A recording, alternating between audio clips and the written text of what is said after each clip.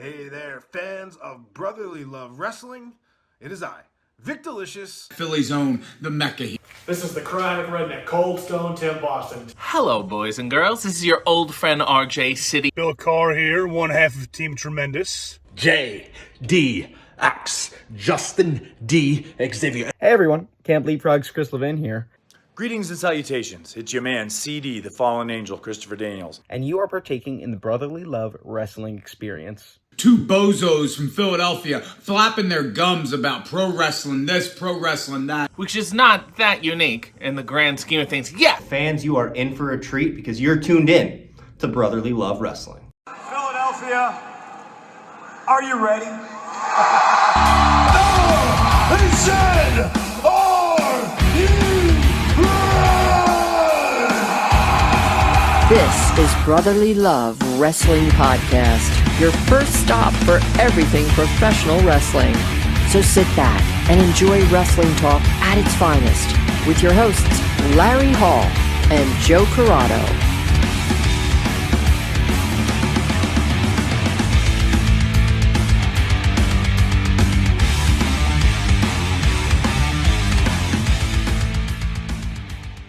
Welcome everybody to Brotherly Love Wrestling, and on today's show, fresh off the heels of Frogsport, is Mr. Matt Makowski. Hey guys, how you doing?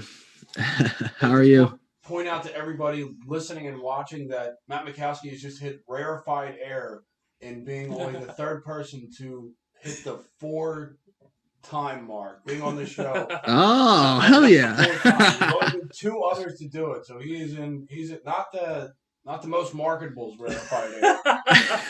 Not holidays rarefied air, but our rarefied air. Awesome. So we want to try and get you on as many times before you sign that big contract that says that you can't talk to us anymore. Yeah. Really? Is that how it goes? Well, I think either that or people are just being very nice and saying that's how they say no, I don't. I see. Yeah. We heard some things. Once you get too big, you big time the little guys like us. We want to get you on as many because it seems like, I don't know, every week or every other week you're on a show, especially since it's been Mania weekend and the weekends or the Thursdays prior to that. So you had Beyond, you had Mania weekend where you were on IWTV's Family Reunion, you were on Bloodsport again. So it seems that we get you around Bloodsport time every year. So I try. I mean, that's the goal. I feel like I don't know. This sounds cocky, which isn't like my style, but like if I'm not on Bloodsport, it's like, what am I even doing here, man? I don't know. I feel like, I don't know. I should be. I want to be on that show. I'm just trying to get to a point where, I'm like, it's been a slow process. Like, it's first time I was on the pre-show. Second time I was the first match. This third time I was the second match. So I'm just trying to work my way up the card, basically, you know? So we get 8 more shows and you're eventually going to work your way to that. I know. I only need 8 more. If we're going in video game terminology, you face 3 of the easy bad guys in the beginning levels of like Ninja Turtles. So you get like a couple more levels in, you'll start getting the big guys. I mean, you already have history with Dickinson now. Yeah. So he's been on Bloodsport. That could be a thing. You know, I don't know. Like Victor Benjamin's been calling me out for like a year. And he was just there. So that I feel like that will be he just got a shiny new title from Butterfinger. I know. That's funny you say that because I'm like looking, I'm like, what candy do I like? I like Mike and Ike's. And I don't know.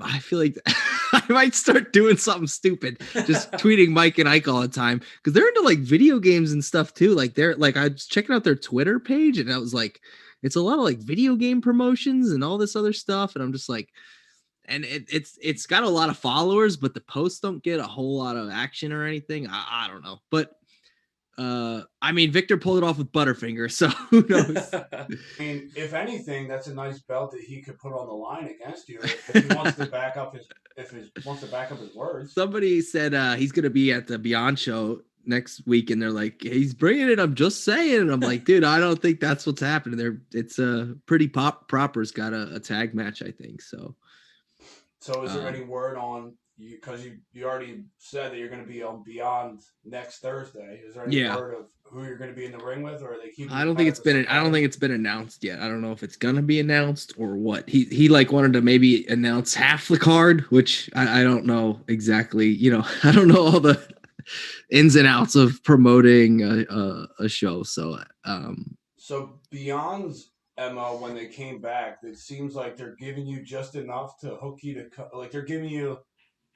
Oh, as far as the promotion of the build up to the events, they're giving you like 3 or 4 matches, especially for their the show after the signature series, and after that show wrapped up, and they that whole show was unannounced, right? Yeah. So they're kind of just giving you like bits and pieces, like giving you enough to hook you, and then the rest is surprises, which I like. Yeah, I think that's really interesting. I mean, I think it did well on IWTV and stuff without even knowing. I don't think anyone even got. It wasn't a thing where like the matchups were announced. I don't think anybody was announced, right? Like there wasn't even a single wrestler announced other than Beyond was back live in Worcester. Yeah. I know there's a IWTV championship match announced. It's Yuta. Yeah, Yuta, and so for the one next week, it's Yuta and Moriarty. I think Kim and Masha. Oh, yeah. Princess Kimberly and Masha Slamovich, I believe, was announced, and then Dickinson and Teddy Goods. I think those are the only matches announced. I think a bunch of other wrestlers have been announced. Oh no, there was a tag match today. I think Sea Stars versus Milk Chocolate, or it was announced a day or two ago. I did see that. So yeah, I don't know. That's probably about half the card, maybe. I don't know. So you're starting to become a regular there. How does that feel? I mean, it feels great, to be honest with you. It was a big goal of mine. I mean, that's where I wanted to be. I mean, Beyond GCW, like that's where I want to wrestle. It's just a matter of staying consistent and, you know, showing well every time, and just continuing to build a rapport with that crowd up there in Worcester, and just trying to be consistent. I think so much in pro wrestling is about consistency, or with a lot of things in life, really, but definitely, pro wrestling. Now you mentioned that crowd up in the Boston area. How does that differ from the Philadelphia natives? I don't know. It's different. I feel like, I don't know. Like I got one of the first times I felt like I got like a warm welcome, or an actual like little bit of a pop when I came through the curtain, was at Sean Henderson show at H2O. And that might be because that's fairly local. Maybe they knew me. I don't know. Again, that was last summer. Still like basically Chikara had just kind of wrapped up, and I hadn't worked a whole lot of places outside of there. I mean, I did the Beyond thing, a year prior to that, but I don't know. So I was just kind of like, all right, these people are okay, cool. And then they were pretty receptive to the match and everything. Yeah. The Worcester crowd, I don't know. I think they, I would love to be just Mr. Confidence all the time, but I'll just be honest. And I don't know. I don't know if the Beyond fans just freaked me out. I think a lot of what it was, I put Beyond on such a high pedestal that I was just, especially when I was there for the first go round with the Discovery Gauntlet. That's just so badly where I wanted to be. And I was already there after like 6 months, with the Discovery Gauntlet. That's kind of a bit of a caveat, but there was a lot of guys that basically made runs essentially to the Fed from that, like Christian Casanova, it comes to mind. He was a Discovery Gauntlet guy, and then did some great work there, and then we know where he is now. Yeah, I don't know. It's still definitely just learning about. I mentioned consistency. Like I I wrestled my matches, I feel, at the Discovery Gauntlet, like I had already wrestled in front of that crowd for a while. Like I was doing things in the matches that I should not have been doing, or because I was not an established wrestler there yet. So the way I wrestled those matches was not good for somebody that's like trying to make a good first impression or whatever. I always just kind of had this thing where I feel like everybody watches all the wrestling, but that is not the case, you know? Like I watch a lot of wrestling and I feel like, whoa, they must watch as much as I do, but they don't. They don't. You know, I watch like we talked about IWTV last time, and it's like, I watch a lot of IWTV, and I guess a lot of that's just because a lot of these places are where I want to wrestle. I want to see who's wrestling there, what they're doing, you know, how I compare to all that. And so, yeah, not this. And I don't know if I said this before, and I don't mean this in any sense of arrogance at all. It was more like me being naive, but like I kind of thought that people already knew maybe what my deal was, or just who I was to a degree with Chikara. I had a match at Bloodsport.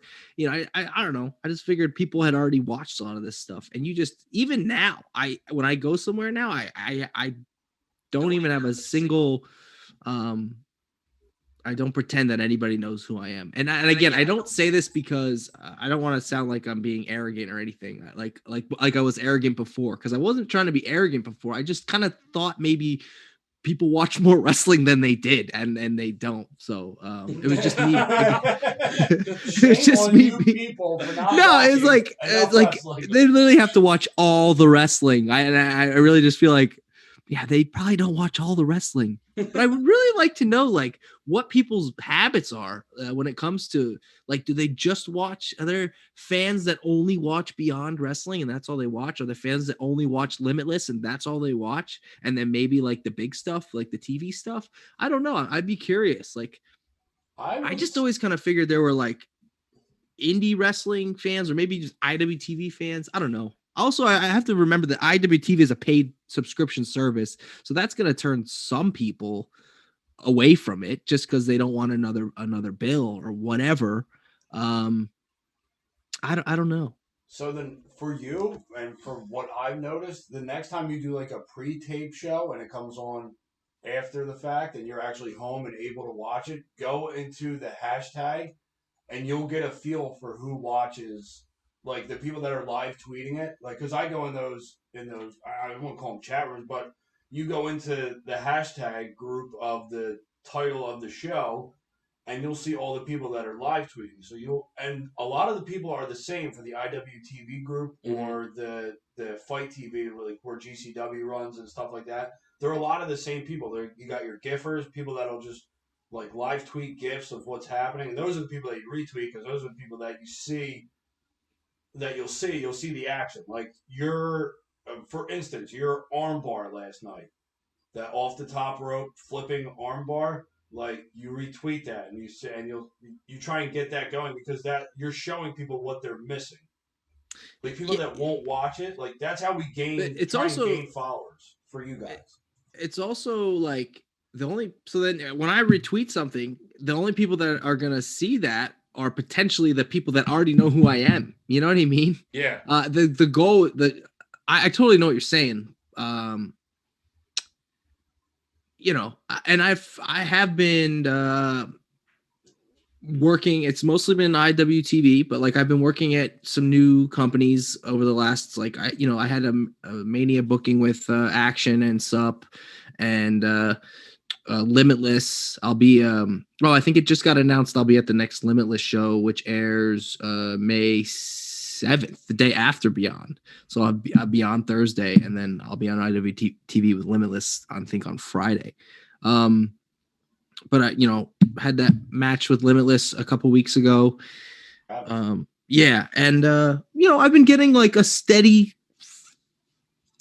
a little bit of an uptick in like followers and social media. I try not to pay a whole lot of attention to that stuff, but at the end of the day too, I think at the independent level, it's like, I think that stuff's pretty important. I don't know. I could be. I think you're right. I think if you were to end it right there, I think you're right. I think that social media how. I mean, you don't want to be known as a gift wrestler and a person who's just like. I mean, it was always nice to be known as a human highlight reel, but I think now people look at it more like, oh, he's kind of, or she, or they are just kind of a one-trick pony. Like, they're just good at this. Like, we can get their highlights from, like, you need to be much more than that. You need to be a voice. You need to be, like, a personality. You need to be someone that becomes must-see. Yeah. And I think that's where people kind of, they trust social media, but they don't want to fall into a certain category where you're just a giftable wrestler and not someone that can be marketed around. I'm curious as to how many independent wrestling fans there are that aren't on social media or aren't on Twitter. And there also might be a lot that they're on Twitter, but they don't post on it or they don't use it, but they're there just to kind of check out and see what their whatever their favorite promotions are doing or what their favorite wrestlers are doing, but they're not the ones tweeting and doing the hashtags and doing all that stuff. Because that, you're right, for certain, like Frogsport, for example, the hashtag maybe had,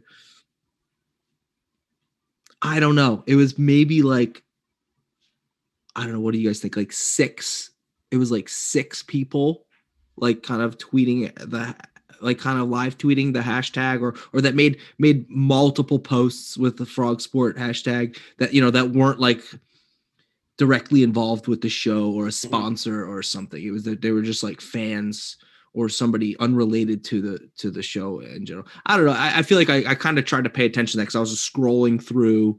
I don't really know what my point is other than it's a numbers game basically. So yeah, I mean, also there was a lot of wrestling last night. I think there was two live shows, I believe, on IWTV. One that aired at the same time as Frogsport. There was an Impact Wrestling pay-per-view, right? Had Kenny Omega main event in the match for a joint, or not a joint, but a title for title. Yeah. And I know that probably got a lot. I mean, so I'd be curious to know what it looked like. Yeah, but you know what? You guys were done. You guys were done before the main event. Yeah, Frogs were wrapped up, and I remember that. The main event started like right after Frogsport ended. Yeah. So yeah, that was cool. But I don't know, like who. If you're buying the Impact pay-per-view, you're watching probably the whole damn thing, right? You're not just tuning in for the main event.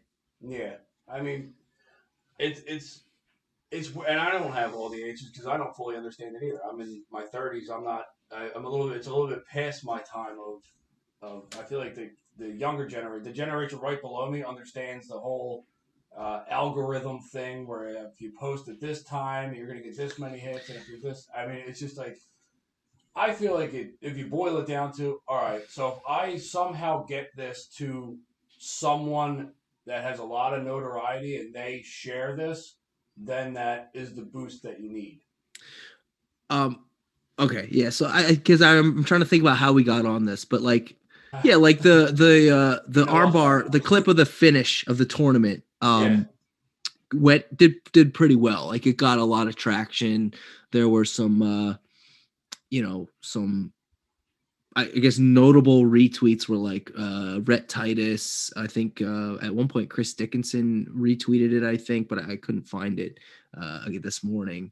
Cheeseburger or CB, and then a lot of fans and a lot of other folks. So yeah, it was sick. That's one of the coolest moves I could do. It's one of the biggest moves I can do. It was a big tournament, 4 matches. I had tried everything that I had done to everybody else up to that point to beat Darius, and it hadn't worked. So, it kind of worked out where he worked me to the corner there, and then I got him up and took him off. Yeah, I was really proud of the show, happy with the show or the event. It's just getting those eyeballs on it, and I think we had a lot of competition last night against some quality, like that first show had like Lee Moriarty, Trish Adora, Starboy, Charlie. I don't know who, a lot of top name indie talent on it. So I'm just curious to see maybe to see how it did. Only because I know I was really proud of the 4 matches that I had, and then from a lot of the other matches on the card, I was very happy with and very proud of. I just think it was an all around I thought it was a pretty great event, and it'd be a shame if people just didn't get to see it. Well, not only that, but you're kind of in the infancy stage of if you want to call it a promotion or I guess you would call it Camp Leapfrog a promotion, right? Yeah. So you're kind of in your infancy, and you started in the pandemic era of wrestling. So, yeah. I mean, you're kind of against the 8 ball from the go of it. I mean, not to mention you're trying to elevate a bunch of wrestlers that might not have had any exposure. So you're you're doing bigger things than you should be. Yeah, I think mean that in a good way. You're accomplishing bigger things. Yeah, no, I think I don't know. I could be biased, but I feel like maybe that was one of the best events Leapfrog's done to this point, especially with like the Masha Edith match. That was insane. Yeah. There was just a lot of solid work, and also, I know this is maybe again something that's just in my head, but like some people aren't super into like the shoot style stuff or that type of those types of matches. The match I had with Darius is one of the I don't have a rank really, but it might be top 3. I don't know. That's not saying a whole lot to this point, but like for me, it is. Top 3. You just wrestled 3 of the top indie. Yeah. I mean, I think one of them, I have to rewatch the second match with Dickinson. That might be also in the top 3. I really liked the Bloodsport match I just had with Hetty, even though that was a bit on the shorter side. It was definitely my favorite, I think, Bloodsport match to this point. I'm definitely doing my best. I've definitely been doing my best stuff in the last, the last 4 to 6 months. And, Do you watch tape on yourself? Because from when the first time that we had you on, comfortability that you've adapted and it has grown substantially. From the first time we had you on, I don't know if you remembered that first interview, you were kind of like nervous and you were kind of unsure, and like, this was like the first time you ever did it, and then maybe the second time, I mean, we got a lot more, and you like the comfort level just grew, and then the third time we had you on, we had you on with all of Leapfrog, so yeah, you guys were kind of all playing off each other. Yeah, but I feel like it's just like the evolution of Matt Makowski just through our podcasts alone. Not to mention you're in ring. I mean, again, I'll kind of. These are like my personal feelings, and it's kind of some inside stuff, but I think a lot of it is like in the beginning it's for me it was like really nerve-wracking to like I wanted to, like, as they say, like be over, and so I think I would kind of this would kind of make me, and I'm still working on this, but like this would make me like shell up a bit more, whatever it is in ring, or I still didn't really know what and again, this is still stuff I'm working on, but like hit my stride in my matches and basically, I don't know. I mean, it's just like building out my move set, I guess, still, because I have like, there's a lot of stuff I would like to do. I was still trying to find, especially within the first year and a half, I'm still trying to find out what works, what people reacted to, what people like to see. I was also put in more of a heel role when I first started, so I was kind of told to wrestle a little bit differently, and that changed things. Man, you want to talk about social media and being a heel? Good luck on the independents. It fucking sucks. Because everybody's supposed to hate you, and then you're supposed to do things that make them hate you. You know who does a great job for the most part? Ricky Shane Page. Oh, like, yes. like he's such an asshole on the show, on the events, but he's pretty chill on social media for the most part. He still kind of acts like a dick on social media, but again, he's so like, he's been doing this for so long. He's like, he was GCW world champion. Like, you want to talk about somebody that's over. But I guess going back to what I was saying was, I feel more now like people have, they know who I am. They know kind of what I bring to the table. They kind of know what I'm capable of. And so I have been a little bit more relaxed when it comes to wrestling, and now especially wrestling back in front of fans again. I mean, I the COVID era was great. I love the COVID era. Like, I don't have to. I can just go out there, you know, try to rip somebody's face off, not have to worry about whatever, making eye contact with random strangers. I mean, why is this person looking at me? What am I doing? I'm like, I don't know. I hope I'm not burying myself right now, but like, I'm a pretty introverted person. So, yeah, stuff's difficult for me. But yeah, I'm still just working on coming out of my shell, and it's just been I've just been a little bit more. I feel like there's a little bit of like weight or pressure taken off because, you know, I've had some good matches over the last couple months, and people are starting to just, you know, respect me for that or whatever it is. Like, I don't feel the need to try to impress everybody as much anymore. I'm more, not that I wasn't concerned with this before, but I just want to go out there and like tell good stories and have intriguing matches, still do cool stuff, but as long as it makes sense for what we're doing. Are you having more fun? Well, man, the shoot style stuff, like, I'll do all day. Like, I don't even, I mean, if we want to kind of get into like the behind the scenes type of stuff, like the Darius match, I don't know how long that was. I don't, there was a timer on the screen. I think it might've been like 17. Yeah, you went a little under the 3-minute mark. Yeah. And we didn't call much, which is, watching that match back was like, I liked it more than I remember. I mean, I knew after we did it, I was like, that was awesome. I really enjoyed that. And people and our peers' reaction was similar. So I knew something was good there.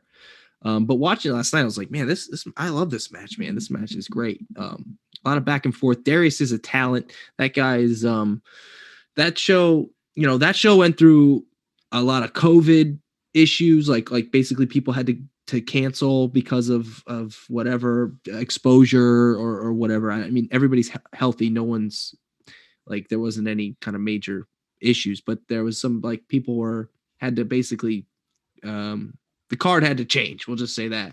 And Darius, like, that show would not have been as special had it not been for Darius Carter. So I'm really happy or just appreciative of him and he's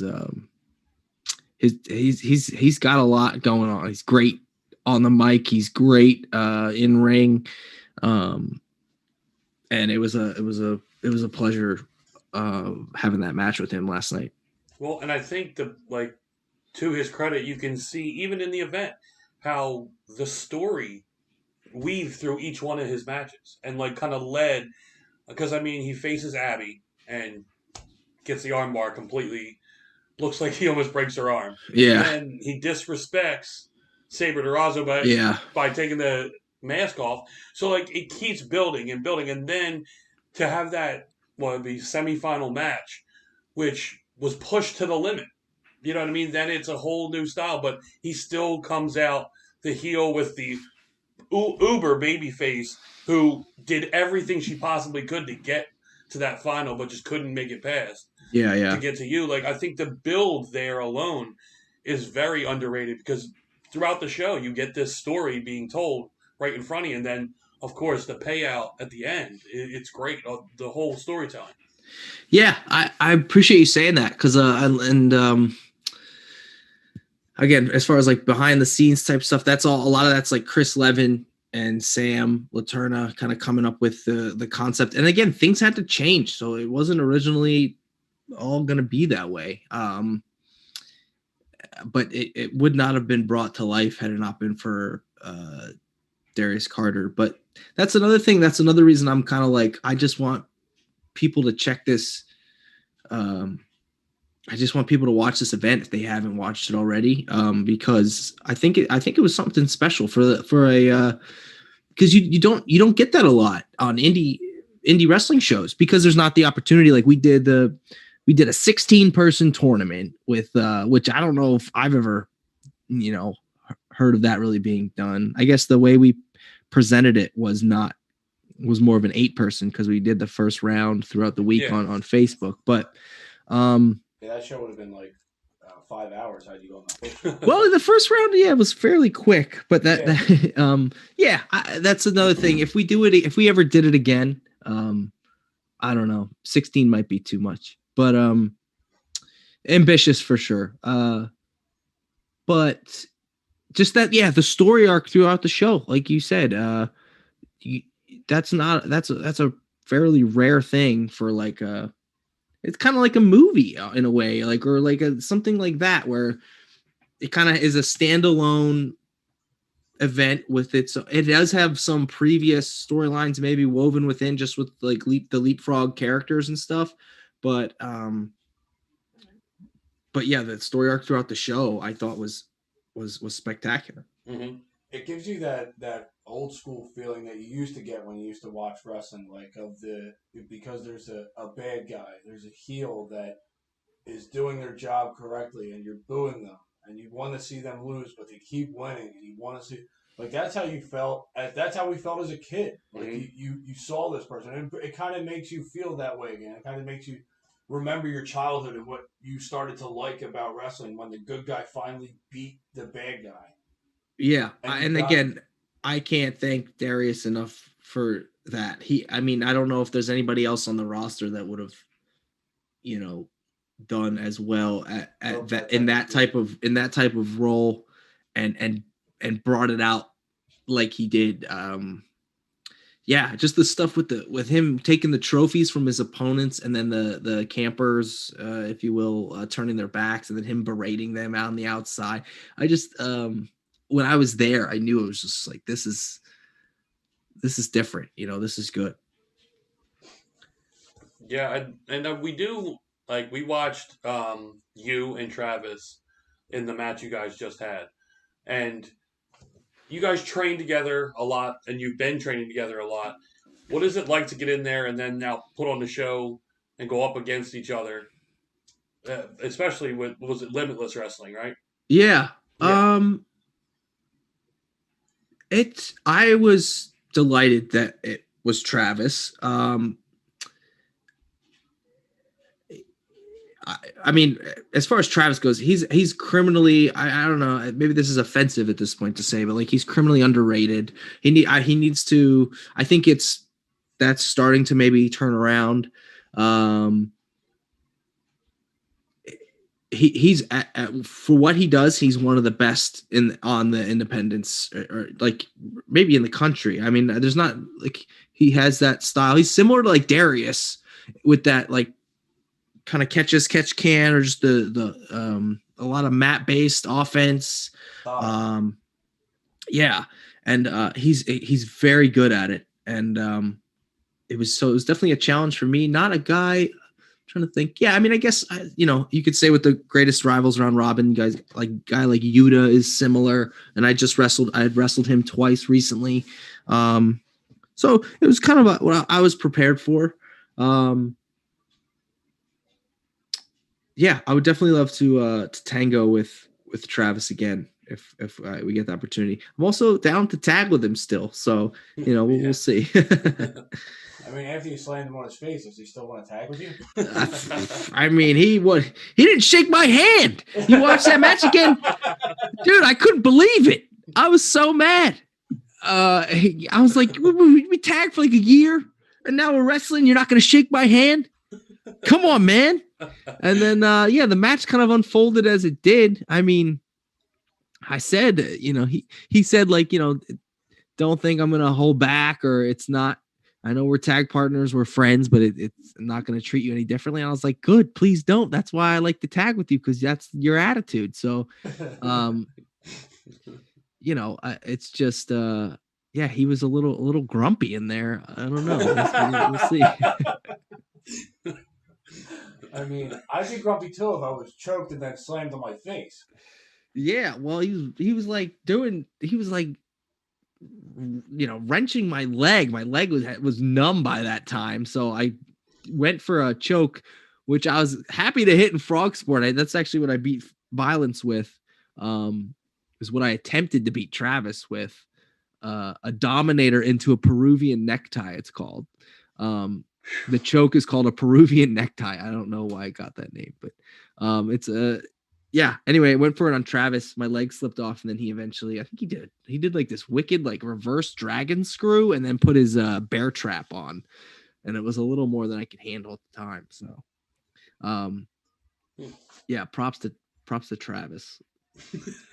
All right, how does it feel for you, not to inflate your ego at all, but how does it feel to have probably the most lethal arsenal of moves in all of professional wrestling? Well, I appreciate you saying that, but I mean, that's the goal. That's kind of what I thought. Like, if you look at your, like, if you want to go off of like a video game, like you have 4 signatures and probably 3 finishers.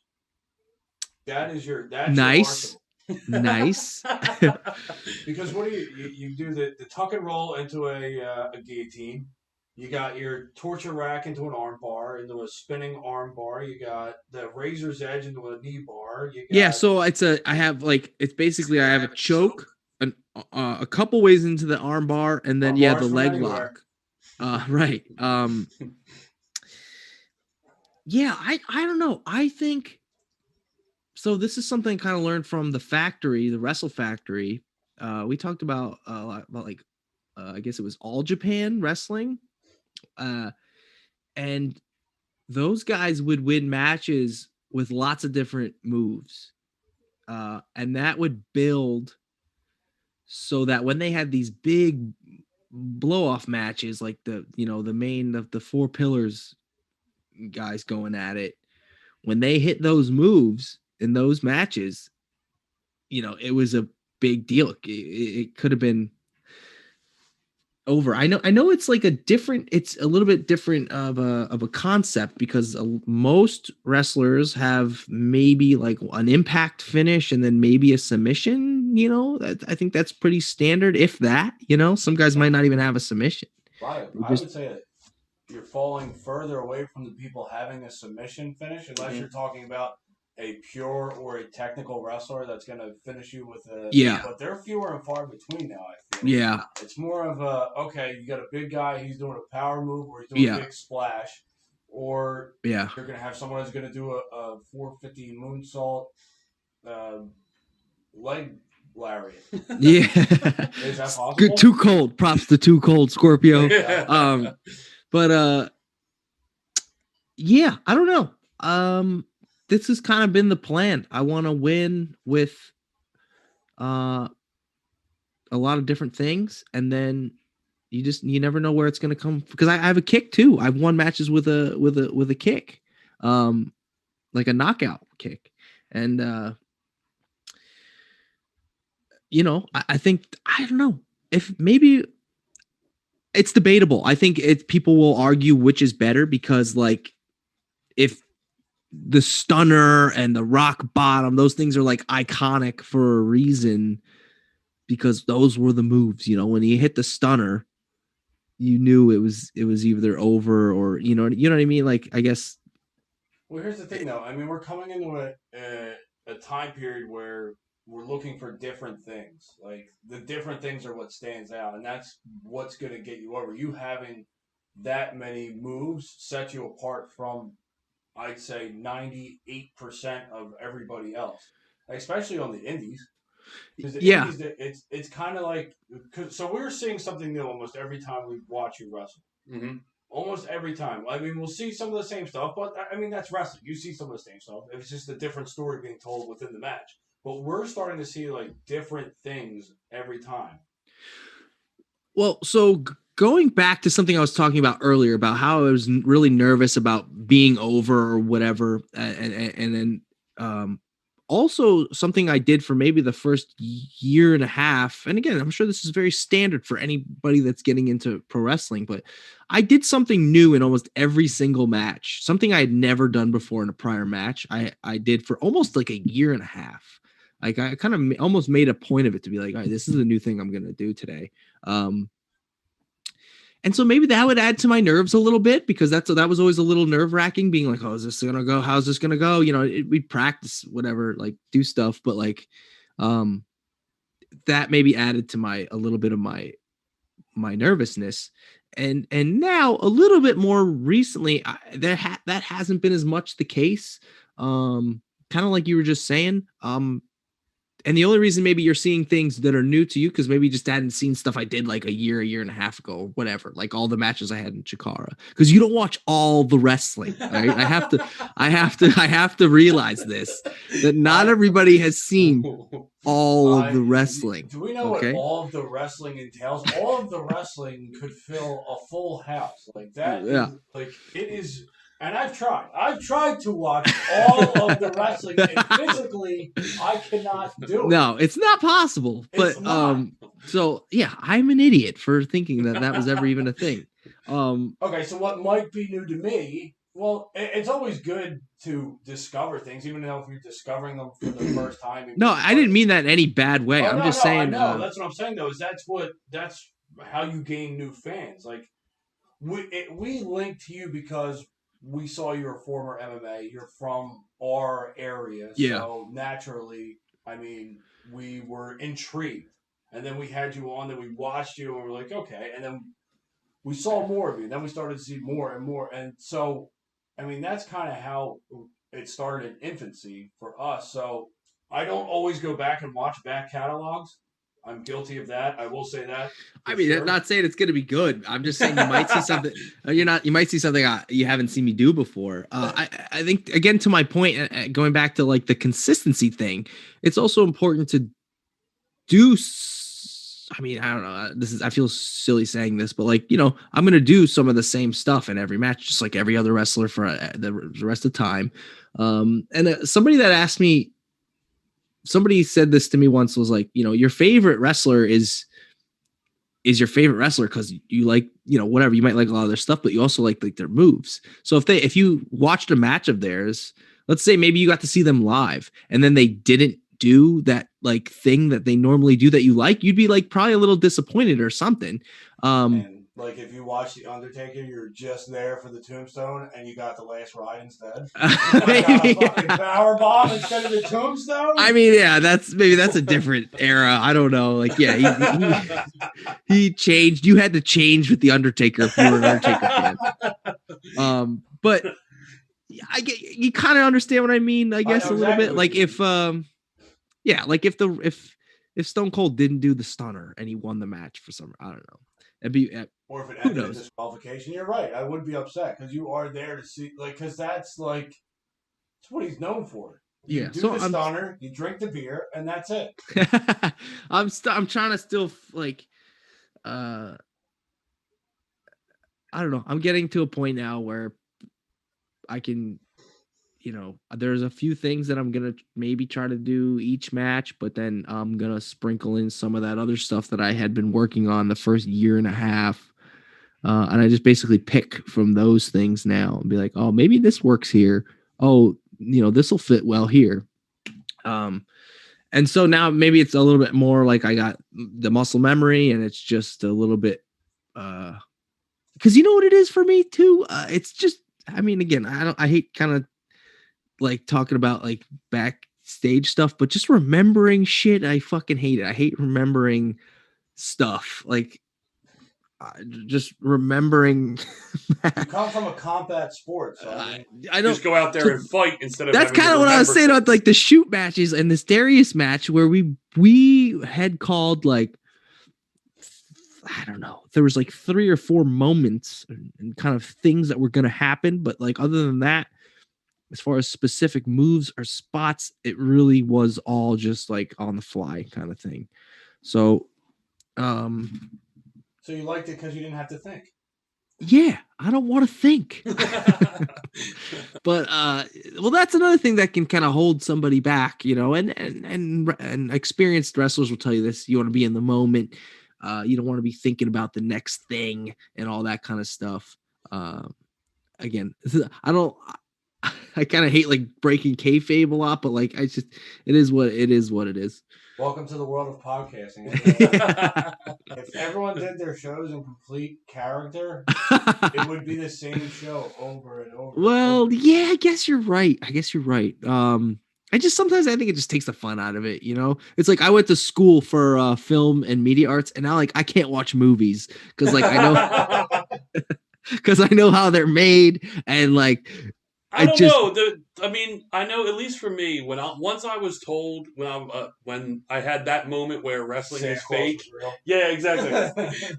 when wrestling was fake, it made me look at a whole new way now to where I'm looking at different things. This was only last Tuesday. I had to break it to him. It was going crazy. But no, I mean, I think it made me appreciate it more, and it made me look at different things now. Instead of just watching the characters and rooting for them to win or lose. Yeah. Now I'm focusing on, holy crap, they were able to pull this off, knowing what it takes to do that, everything that goes into it, to being that performer. Like, I think it, at least for me, or I don't know if it's anything for you, but it makes you appreciate it more. I'll say this, it seems like everyone is so worried about what the final thing is going to be, either in the storyline or in just a one-off match. Like, people are so worried about, like, oh, well, this person's going to win. It's because, like, everything, they're worried about predictability, and it's kind of fogging their vision of the actual story that is being told. Like, they're not giving the story any chance. They're already dismissing it because they already know what's going to happen in the end. Yeah. I mean, how do you mean? Are you saying like a lot of booking's been predictable, or are you saying wrestlers are too I'm not putting this on the wrestlers. I'm saying that the way that things are booked, I feel like, not me, myself, but I feel like people are quick to say, oh, well, this person's going to win, so they're kind of like they're kind of giving up on it before it happens. Like, there's a lot of people that won't just sit there and let it unfold. You mean that from the all wrestling right now, or do you TV wrestling or indie wrestling? Or is there some TV wrestling at the majority? I'd say more TV wrestling. I feel like indie wrestling is so unique that you get a hardcore fan base. It's like ECW back in the day, independent wrestling. It's like you have this hardcore fan base that you're there for the product. Like, you know what you're in for, but you know you're going to enjoy it regardless. Yeah. I'm not saying it's more like TV wrestling, like where there are storylines, where you're able to keep up with things, where it's weekly and it's the same people weekly, where I feel like the fans are dismissive because they know what's going to happen. Like, oh, we already know they're going to win. Such and such. Yeah. I think perfect example happened Saturday night. You had Kenny Omega versus Rich Swann, and I don't think there was, maybe a percentage of fans that would have thought, oh, well, Swann's winning the AEW title. Yeah. No one thought that. Everyone already knew Kenny's going there to get that title. So, if you weren't a fan of that, you're going, I'm not watching that. I know Kenny's winning. Like, they didn't enjoy the story that was being told in front of them because they already knew that was happening. Yeah, that's a great example. I think you're right. I really enjoy, I think we maybe chatted about this last time. I really enjoy what AEW is doing on television for the most part. I guess I'm curious as to what this whole Impact thing is leading to, though. I'm curious, but I'm curious to see what Impact is going to gain out of this. Yeah, I saw something that somebody said, like, what is Impact gaining out of this? Because it doesn't seem like anything right now. They just because no one was really talking about I guess because there wasn't much chatter about that match last night, so it's like, what is Impact really gaining? I don't know, but it's a lot to look into. I mean, if anything, they absorb or it's a failed experiment, or there is something that's being built and we don't know what it is yet. Yeah. Mm-hmm. They could be building someone in Impact, or someone could be showing up to Impact to save the day. Yeah, something. I mean, it keeps you. Yeah, I mean, as it unfolds, like right now, I feel like it's in a lull because Impact just lost its world title. So now you have to find a way to get it back. And for them to get it back, I think they have to build up more, because you can't lose your main title to the company. Yeah, and they did, right? Yeah. Yep. So like, yeah, that's weird. How I guess it's intriguing to see how they're gonna get it back. Who's gonna be the savior? On the flip end of that, it's kind of be like whenever that match maybe does happen, maybe it's predictable again. Like, well, they has to give the title back. True. I mean, that's true. That's a fair point. Yeah. I don't know. I mean, or maybe I don't know. Maybe they throw a curveball. Who knows? So I think if the name that takes the belt is larger than the predictability, someone that you want, to come back, or you want to see, like, I think that outweighs. Like, I think like a Samoa Joe would be that guy. Well, yeah, I think that would be. Oh yeah, is that kind of maybe what they're thinking? That's come interesting. July 13th when this non-compete clause is up. But to get away from main television, and we'll bring it back, because I had this question in mind when we first started talking, and we were talking about Beyond Wrestling, we were talking about GCW. Now, does it sit in the back of your mind that is kind of like the breeding ground to the next level, to television TV? Like, if you look at their track record of who their top people were and beyond the GCW, I mean, you have Blake Christian, you have Alex Zane, you have, like you said, Christian Casanova, you have August Gray. Yeah. You have I don't know. There's a ton of them. Statlander, Orange Cassidy. Yeah. Have, I mean, just the list goes on and on of people that John Silver and Reynolds. Yeah. People that were at the top of and MJF. Yep. Beyond as well, and Limitless as well. Yeah. Limitless is another one that they breed them to get a contract. Like, does that sit in the back of your mind? Like, well, that's certainly why, like we said a little bit earlier, that's why I wanted to be there. I feel like that's what the pattern I was recognizing. And I was like, look, guys are going to Beyond, and then they're moving up, or they're wrestling at GCW and they're moving up. That's where I want to be. That's like your last stop before the big leagues. That's like AAA ball. Yeah, and I'm not downplaying that at all. I'm like, no, I totally see. That's a completely fair assessment, and that's why. That's where I want to be. That's where I think, I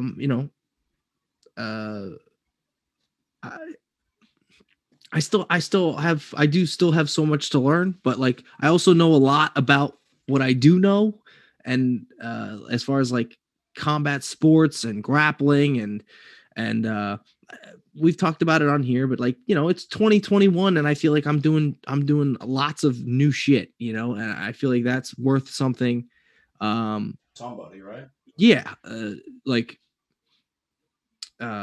It's not everything. I mean, at the end of the day, it's about putting butts in seats or eyes on the TV. And, there's a lot that goes into that, it's probably mostly like, mic work and things like that. But, besides the moves, yeah, I just have to stay the course. And, I am thrilled to be, as of right now, kind of consistently wrestling at Beyond. I've got my eyes set on GCW. They've got some cool, like, I don't know what you would call them, maybe AA baseball, like the JCW hybrid wrestling. They kind of feel like the NXT of GCW, if you will. So I'm trying to be involved with those companies as well. And yeah, because it's also fairly local. They run in Jersey a lot. And right across the pond. Not that pond. Not that pond. Yeah. Hit me up. Right across the dirty river. So, Now, you mentioned hybrid wrestling. I had this question in mind too. Mhm. Waiting for a good time, and I consider you a hybrid wrestler. Like you're Okay. a mixed martial artist. Yeah. Who transformed into a professional wrestler. Is that a safe?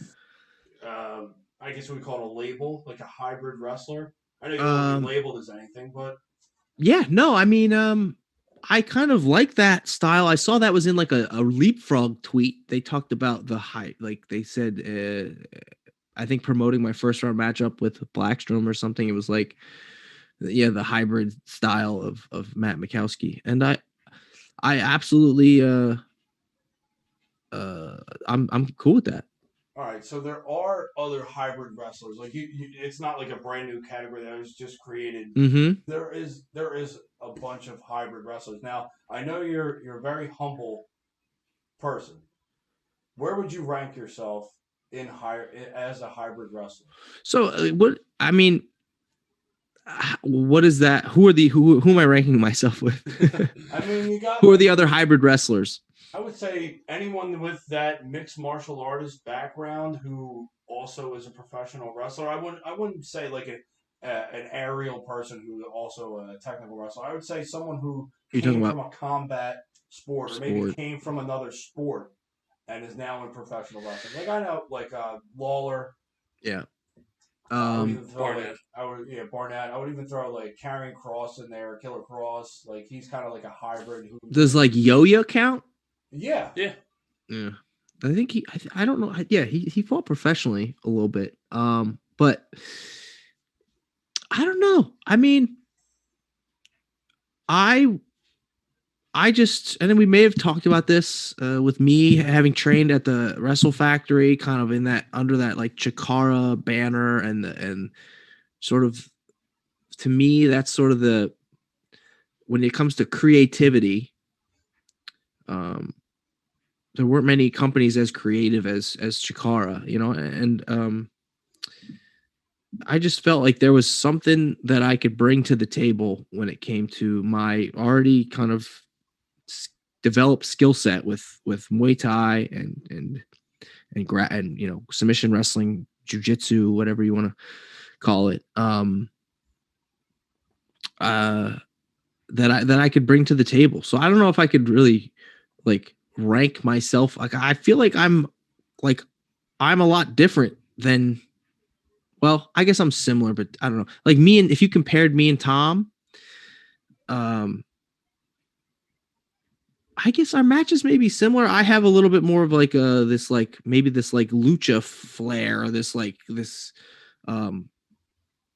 just a different level of like creativity, where Tom is phenomenal. Tom's what is the New Japan freaking. What is that title? The brand new title they just introduced. Yeah. He just won that tournament. He's on his way, man, how sick would that be if Tom was in like, I don't know, the G1 or something.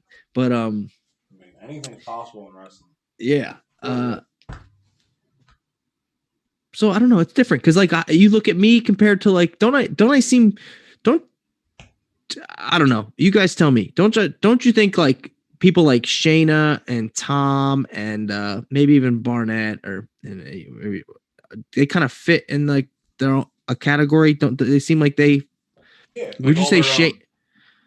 Yeah, but do you think like Shayna and Tom are similar? I mean, I think everyone works differently. I think everyone. Yeah. I mean, some of the stuff is similar. Like if you're an MMA, if you're labeled like someone who came from MMA into wrestling, you're going to get some good strikes. Like you're going to get some solid strikes, a lot of leg kicks, some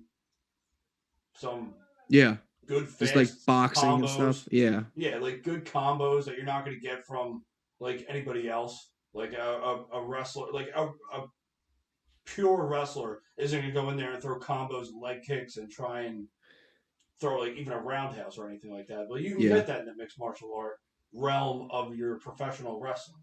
And then your clinch and your knee strikes, your Muay Thai strikes, like you don't really get that. Like it's a collar and elbow tie up, and someone's trying to get you into a headlock.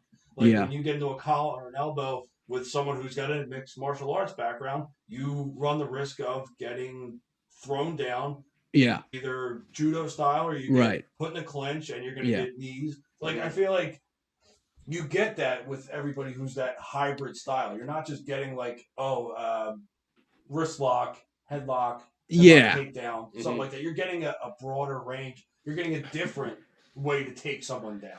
I guess it kind of goes back to what made what was so appealing to me about mixed martial arts, with how it was like this. You had to be so good at so many different things, and for whatever reason, that concept appeals to me. Just like you got to be in great shape, you got to be strong, you have to be good at wrestling, you have to be good at jiu-jitsu, you have to be good at striking, and you have to work on all of these things. I think I've taken that a little bit, that same concept, and taken it with wrestling to a degree. I mean, I definitely lean into things for sure, but like I want to be able to. It's like I want to be like a mixed. I don't know what the word would be, but like a mixed wrestler, or basically a hybrid wrestler, like you're saying, like where I have lucha skills and aerial skills and strike skills, and mat wrestling skills, all in this one package. And I feel like that's not very common. Usually, like you're this. I'm not thinking about anybody that has done like someone who's going off the top rope, but then someone who's like, because wrestling has always been, okay, you're going to be a brawler, you're going to be a technician. And what's that about? What's the deal with all these high flyers? Like, why do you like? Why turned into Seinfeld for a second? Why do you have to fit in a bubble? I think it has something to do with storytelling or something. Like it's easier to tell stories when you're this and now you're fighting this, and let's see what that is when this brawler fights this aerial guy. Maybe it would be boring if everyone was, whatever, brawler, technician, aerial, lucha guy, and then they're fighting this other aerial, and then it's like, or I don't know, maybe that'd be amazing. I don't know, like, because they would maybe, obviously people aren't like, I'm good at the MMA stuff, and I feel like I'm decent at a lot of the other things. So I don't know. So we put you at like a 10 MMA stuff, and then we get you like between like a 7. 8. Yeah, I'm thinking like those, like the video game creator wrestler ratings. Yeah, it'd be like your whatever. Striking and submissions can be whatever close to the top, and then I think I'm working on pushing those other ones up just so I can be this. If you think about it, you're running a career in like a video game. You're trying to build your attributes right now. I mean, I don't know. I think because that's what you would do in MMA. You would focus on your weaknesses and work on getting better at those things. I don't know. I feel like I've taken a very open-minded approach to pro wrestling, where I want to be, I want to be able to do what I have to do to win the match. And if that means, go to the top rope and do something, or, or whatever, I'm going to be in, I think it was announced, so I can say this, but I'm going to be in Mexico in August. So I'm going to be wrestling down there. And, I saw all it took was one tweet to get you to Mexico, and you're now going to Mexico. I saw that, and I was like, I want to see how this plays out. And a day later, I was like, well, I know how this plays out.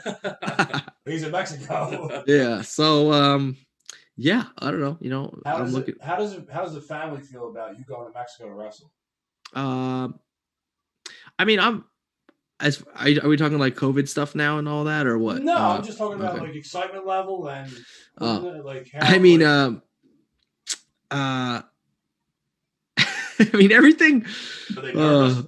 No, it's. I mean, I'm sorry, I'm laughing because, and God bless my wife, she is a saint. But like, and I would not be able to do anything that I do without her. But like, a lot of it's now, it's like, all right, what date is it? Okay, so what are we gonna do with the kids? Where are we? You know, it's a lot of that stuff. I don't. She's so busy, and it's just like. It's, you know, I have 2 children that are kind of driving us crazy. and she deals with them a lot, especially when I'm away. And now if I'm going to Mexico, that means she's going to be, you know, she works full-time job. She's taking care of 2 like a 5-year-old and a 3-year-old. And so yeah, no, she's like, home with some of the finest tequila ever made.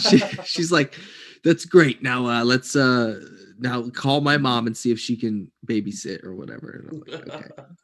But you're definitely on double duty once you get back. Well, you know, that's part of like also like I talk about making my wife and my kids and my family proud because I don't want all of their efforts to be in vain. And I have a lot of great fans that are it's a small group of people that are like super supportive of me, and I'm trying to just keep pushing for them, and just so I can kind of show my wife that like all this was all worth it, you know.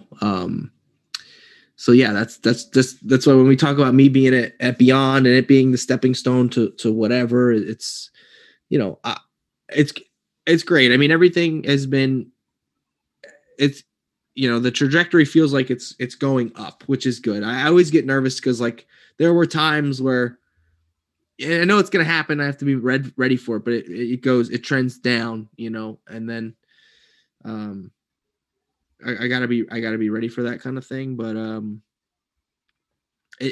I feel good about everything. I'm happy with, you know, my wrestling career to this point, and you know, it only feels like things are trending up right now, which is great.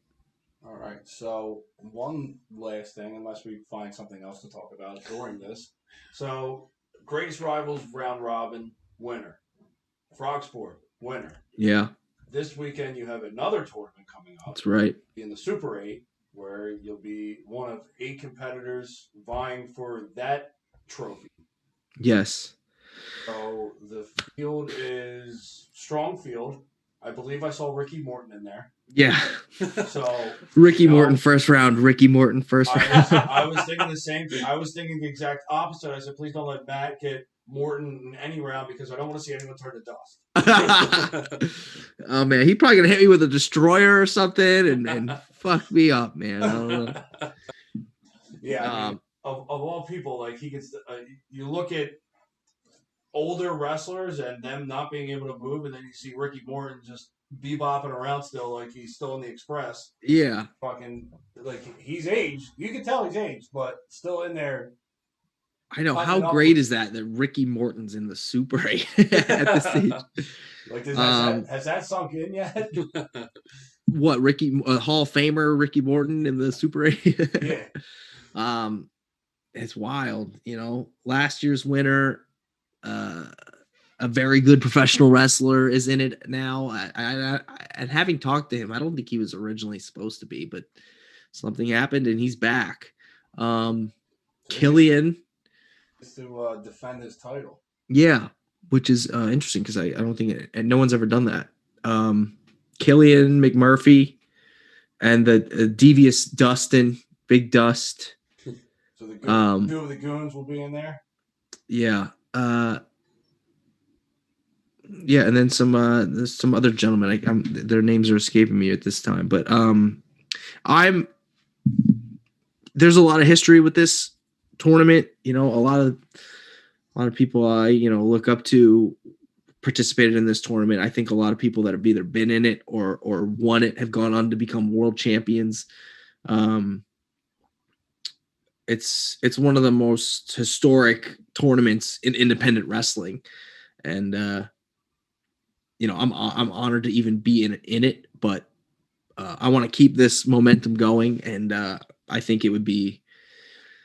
It kind of goes to what you guys were just talking about a little bit. Like, I wanted this to really cement, winning the Super 8, I think would really cement me as like a professional wrestler and not so much like a former like MMA guy or whatever. That's kind of what I really want to get out of this Super 8 is I want to be known as, the guy that won the 2021 Super 8, a professional wrestling tournament. I have an interesting question that you just kind of brought up and sparked. Mm-hmm. You still feel like an outsider in the professional wrestling world? No, not as much. I still feel like kind of like, again, to the point that we've talked about earlier, I still do feel like I maybe need to talk about that more, even to a degree, because people might not know.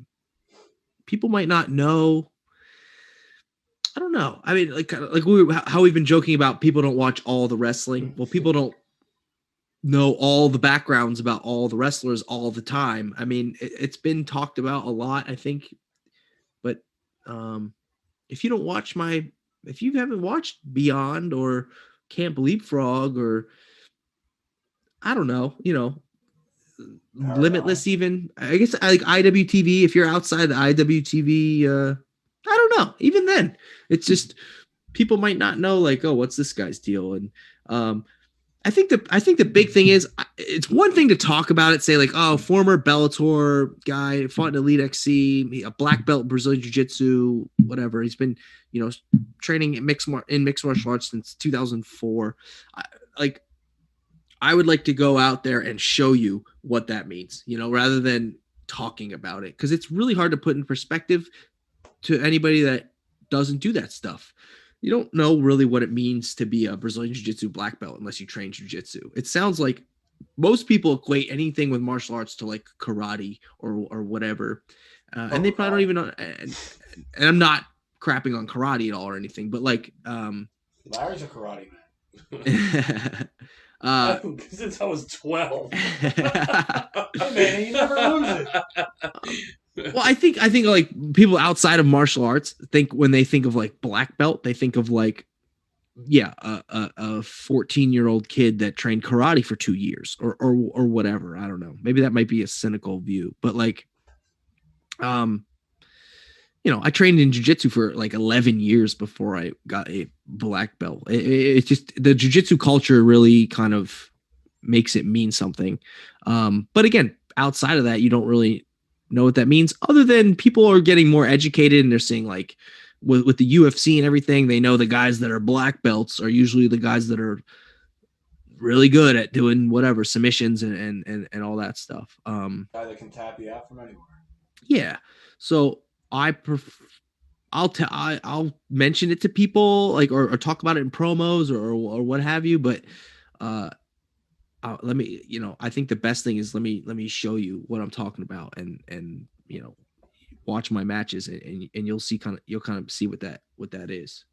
So when you get announced to the ring, they usually bring up former Bellator fighter, sometimes, not always. Not always, but you want to kind of get past that, and you want them to announce former champion of this, former winner. Yeah, I think. I mean, I don't know. I'm sure someone would be like, "No, don't get rid of the Bellator thing or whatever." They usually don't. Sometimes I'm trying to think. I think like a Sean Henderson show. Sean announced me as like a former. He like made up a record too. He's like 5-0, 5 knockouts or something. He just made something up. But yeah, I just want to be more. I don't know. I think especially with like things like Bloodsport and Frogsport, it's like. Look, I think you can know by now, like I'm good at the fighting thing or like the MMA type thing. But I don't think that's what people care about as much. Like it's at the end of the day, it's about pro wrestling. Not that Frogsport wasn't pro wrestling or Bloodsport isn't pro wrestling, but it's definitely a different type of wrestling. And to be honest, it doesn't change for me a whole lot from whether it's a Bloodsport or Frogsport match or what's going to happen this weekend at the Super 8. Like I typically work very similar. But yeah, I want to be like, I just want people to, if they don't already, I want people to like, talk about me as a pro wrestler in a high regard, I guess. Something comes with accolades, and that usually comes with big wins and big championships. Like beating Chris Dickinson, you're not known as the former MMA guy. You're known as someone who just won a tournament and faced one of the top professional wrestlers on the indie scene, who just so happened to be wrestling in New Japan and ROH simultaneously as well. Yeah. As the notches get, that Beyond tournament is also, I mean, it's like probably the biggest accomplishment of my career. But it also was, I don't know how many people saw that, outside of, I don't know. From what I understand, that once the fans kind of found out or kind of picked up that it wasn't live or it was pre-taped, it didn't do as well. I don't know. I thought they did really.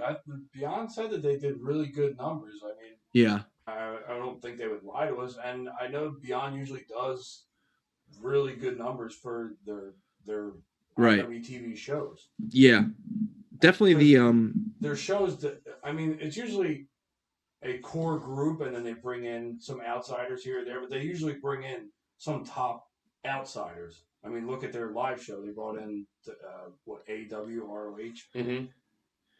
Yeah.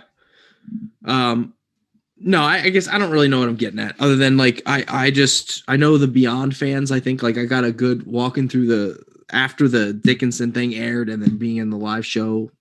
When I walked through the curtain up in Worcester, I got a good reception because I think those fans, even not having been in front of live fans for over however long it was, they maybe were aware or had been watching the Signature series, so they were familiar with me at this point. And yeah, it's I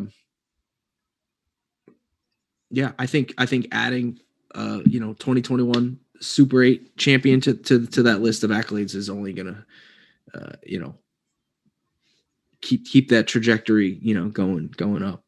All right. Well, so speaking of trajectory, I'm going to throw a hypothetical. I want all three of us to answer separately. Now, as of right now, where do you see the best fit for you? And it can be anywhere. I have my personal pick of where I think you would fit in very well. But I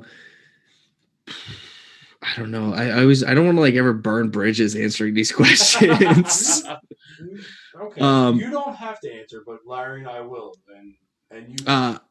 Yeah. I mean, I think I probably do fit in best at ROH. I don't know. I mean, for me, the long-term goal is probably ROH. I don't know what's going on with New Japan, but maybe New Japan or AEW. I mean, that's kind of what. Okay, my pick was neither of those. Okay. Neither of those three. I think from what they can do and what you can bring, and looking for someone that's completely different, I think NXT would be because you would be in and do one of your 15 signature moves would be all that you would really need to see, and you to hit that. And I think in front of a live crowd for NXT, you would get that holy shit moment, and it would be like skyrocket. Like I feel like, and not only that, but you're put in there with some of the greatest minds that would be able to hone everything you do and make you like. There's a lot of interesting matchups there, like Kyle O'Reilly, Kushida, Pete Dunne. They just signed Thatcher. They just signed oh my god, it's late, so I'm having trouble remembering. Hideki Suzuki, who's a guy I've, my double underhook suplex I pretty much got from him. But yeah, no, interesting. I mean,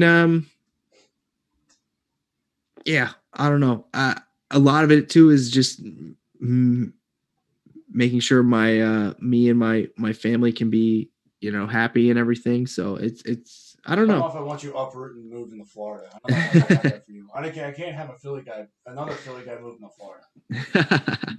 Actually, we got to create a promotion around here. Just have you marquee that one. Yeah, no, I mean that's all well and good to think about, speculate on. I mean, I have to I got to focus on the here and the now, and still maybe trying to make my main card GCW debut, or continue to work at Beyond, and hopefully more opportunities at Limitless, things like that. We shall see. I'm traveling a little bit. I have I'm going to be at Paradigm in May. I'm fighting Matt Justice in a, what do they call it? Terminal combat. I forgot about that one. Dude, Terminal, I saw that one the other day. Yeah, that terminal if you combat. don't go 5 minutes, if it goes past 5 minutes, no rules. Versus Justice. Yeah, it's gonna be great. Yeah, watch that one. But it's not gonna go past 5 minutes. I don't know, man. That's one of those things that announcement hooks me right away. I'm like, because now I'm just thinking, holy shit, if he goes past 5 minutes, this is gonna be a completely different Matt Makowski. Yeah, I will see. I can't wait. I'll be in Texas in June. Aaron, don't piss on the Alamo like Ozzy. Oh yeah, no, I won't. But yeah, so I'm moving around a little bit. You got the Mexico thing. Again, everything. I'm happy with the way it is. My schedule isn't booked up, but I'm also I'm kind of I want quality bookings, I guess. And that there's pros and cons to that. But it's I mean, you make yourself you gotta make yourself a special attraction. You're able to.